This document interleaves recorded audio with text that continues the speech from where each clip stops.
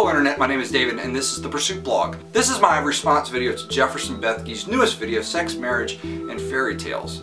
Now, I recently responded to his last video, Why I Hate Religion But Love Jesus, in which I really disagreed with the terminology that Bethke used, although I agreed with the principles behind it. And the same is true for this video. I really agree with what Bethke is trying to say. Unfortunately, spoken word poetry limits how you can define things and really flesh them out. So this is less of a critique of Bethke and more of, let me expound on what I think he is trying to say for your benefit.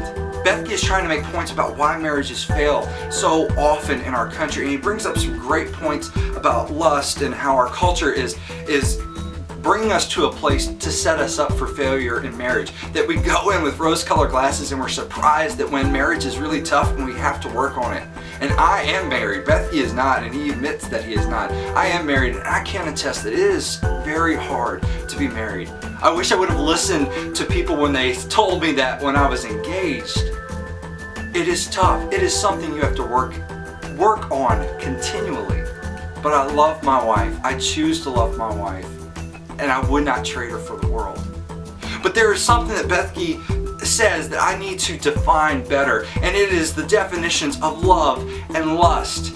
Bethke talks about lust, but what he doesn't say is that lust is something that is focused on oneself. It is looking inward for self-gratification. That's why porn is lustful. You are looking to fulfill your own desires in something else.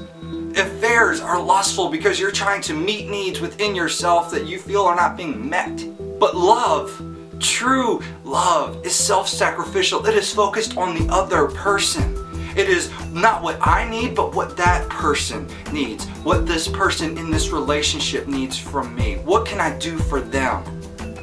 Now, I don't agree that it's Disney's fault that we have so many failed marriages, but what I do think it is that we go into marriage with more of a lustful frame of mind than we do a true love frame of mind. We say we love the person, but oftentimes we go into marriage wanting to get something out of it, wanting our needs met, and when our needs are not met, we are hurt, and we say, forget it, I'm not in love with you anymore, and we walk away. But if we go into a marriage looking for our needs to be met, our desires to be met constantly, we will have a failed marriage. A marriage like that cannot sustain itself.